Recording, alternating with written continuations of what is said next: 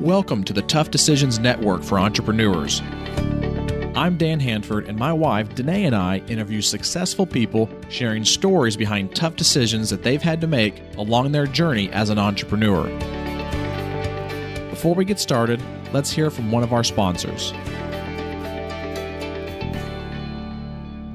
Have you ever thought about investing in real estate, but find yourself so busy that you don't have time for it? Do you have FOMO, which is the fear of missing out? At HanfordCapital.com, we help investors with passive real estate investments that project better returns than traditional investment vehicles such as the stock market. If you'd like to find out more about our passive real estate investments, visit HanfordCapital.com. That's HANDFORD capital.com. We will jump on a call with you to discuss your investment goals and to see if our investments are a good fit for you. This advertisement is not to be construed as an offer or recommendation to buy or sell a security. Visit HanfordCapital.com. On the podcast today is Tamara Ghandour. She's the founder of LaunchStreet, and she's going to be talking with us today about some tough decisions that she's faced as an entrepreneur and business owner. So thank you, Tamara, for being with us. I'm excited to be here. Thanks for having me.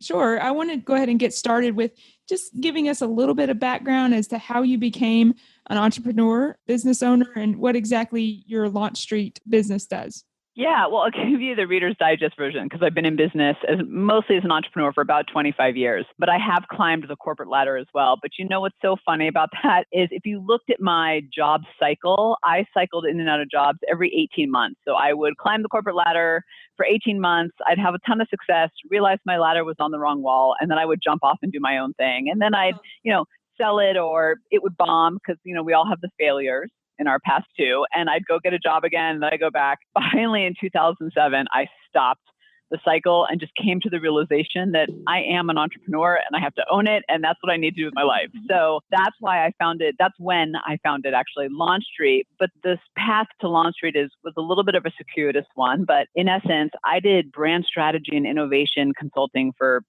25 years. And in that time, I helped launch products, things that you would find if you pushed your carts down the aisles of Target, Cheerios, General Mills, Procter & Gamble, Clorox, kind of all those guys, Johnsonville Sausage. And along the way, what I came to realize was that I could give people ideas, and that was fine. I got paid good money to do that.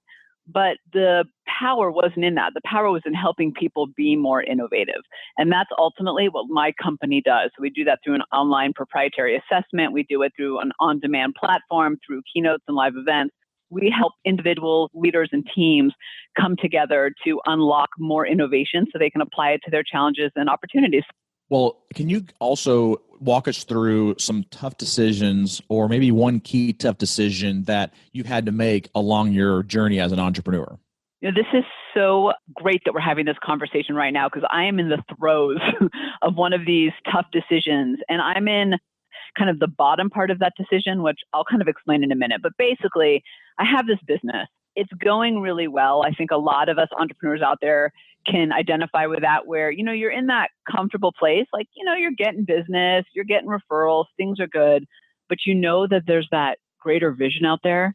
And that's the one I'm ultimately going for. It's the bigger vision with a bigger impact. So I had to make the tough decision to invest up in my business. And ultimately what that meant is I had to 100% bet on myself, bet on my business, and put my time, so much of my money and my energy into finding better technology partners and switching up the technology behind our systems, into hiring new staff so that they could actually do the things that I could never get to because I'm the biggest bottleneck, like a lot of founders ultimately. Mm-hmm. And yeah, so if I feel a little jumbled on it, it's because it's still so raw for me, but it was a really tough decision for me to go, you know what? I'm all in. I got to do this because I think sometimes we think we're all in, but we're just chugging along. And for me to get to that next level, I had to not just dip my toe in, I had to take a swim, go down to the bottom, come back up, go back down. Like, it's been a crazy ride. So Tamara, how did you know it was time to do this? Because you talked about the money that it took, that you're investing, and it's going to be a little while at least, so that's returned, and in the extra time and the hiring of new staff. So what got you to the point where you said, okay, I know it's time to do this now? Well, in all honesty, I say the first thing is I felt like throwing up when I started thinking about it, which is usually a sign that I should do something, and get a little bit uncomfortable. You got to get uncomfortable. Yeah, you really do. And I was super uncomfortable, but here's kind of the defining moment for me. I was looking at tax returns from years past, and we had some really good growth, but we hadn't hit that hockey stick curve that I kept wanting and looking for and talking about. So I would talk on and on and on about it, and acceleration and big impact and the 1 to a million and all this stuff. But when I looked at the numbers, I wasn't actually making it happen. So in that moment, when looking at 3 years of returns, I realized, all right, I have a choice here. I can either have another year of a return like this, which is good. It's not bad. It's successful, but it's not growing in the way I wanted it to. Or I can change the way I'm doing stuff. And that was the moment that I got nauseous and realized, all right, it's time to do it. But, there's nothing like data, but it was having that in my face and going, hey, Tamara, listen up. If you want to make a change, if you actually want this business to do what you think it can do, you've got to change what you're doing because the numbers don't lie.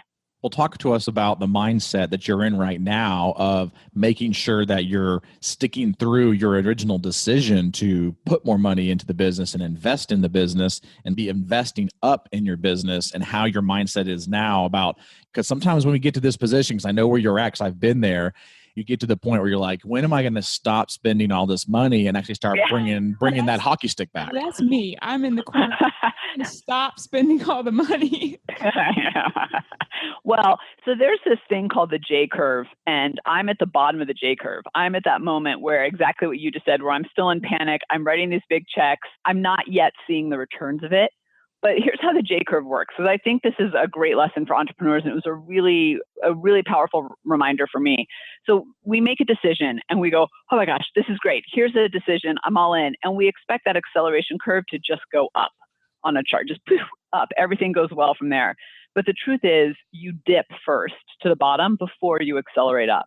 And if you know that that's coming, you can deal with it.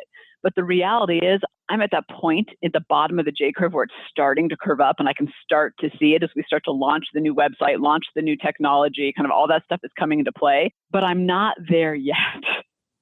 So I have to wake up every day and remind myself that, hey, I'm one day closer to the top part of that curve than I was yesterday.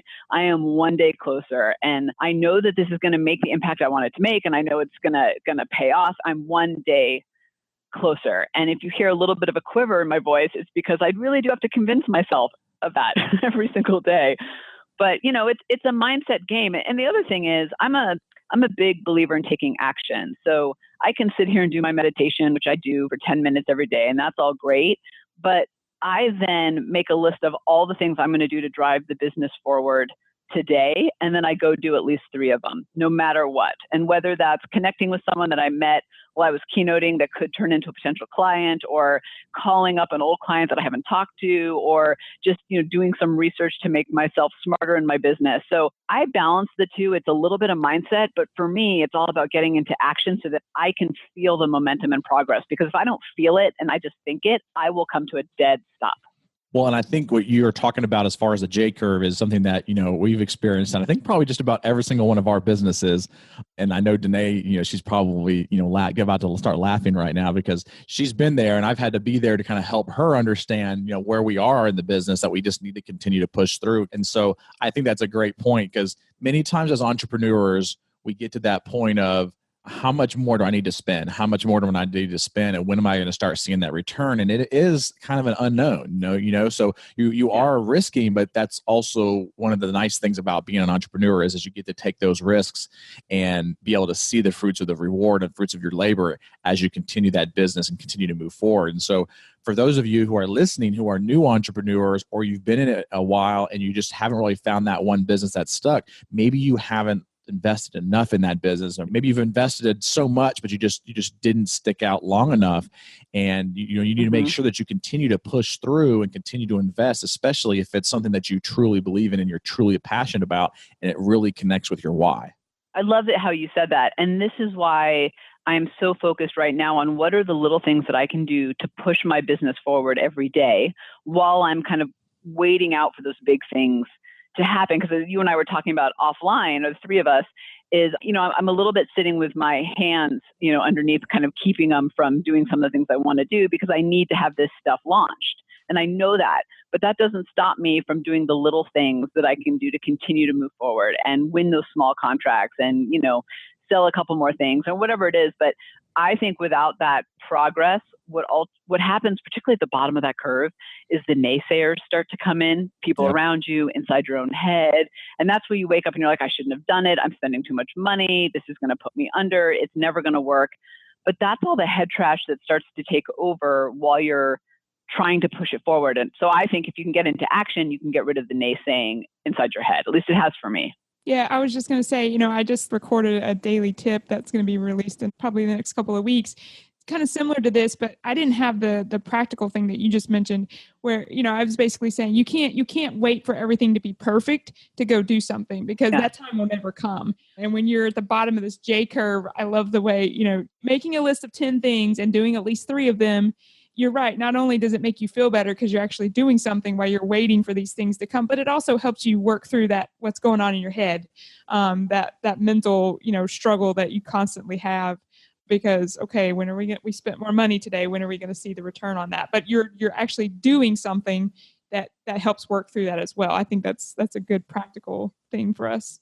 I like to think of it as refocusing, because I could sit there and focus on, all the naysaying in my head. And believe me, it happens to all of us. Sure. It totally happens to me. And I would be collapsed on the floor if I let it take over. But if I'm instead focused on that email to someone, or picking up the phone, or going to that event, or, whatever it is, my mind gets pushed over there. So I just, all that other stuff stays at bay. And, to your point about not worrying about perfection, we're all about like the 80% rule. Hey, if it's 80% good enough, we're going to go forward with it, because we spend so much time on that final 20% trying to get it right that we actually stop ourselves. And it's so funny that if you think about the time you spend on the initial 80% to get it far down the path versus the time you spend on that final 20% that half the time doesn't even make a difference, it's incredible. You spend all this time on the final 20% and then you end up waiting too long. Mm-hmm. You missed the opportunity to seize whatever was there. Yeah. So I want you to kind of shift gears here a little bit and talk to us about what are some things that you do that helps you make these tough decisions? Yeah, I do a couple things. So one, and I know this sounds, totally ridiculous, but I work out almost every morning at 5 a.m. Actually, I get up at 4 a.m.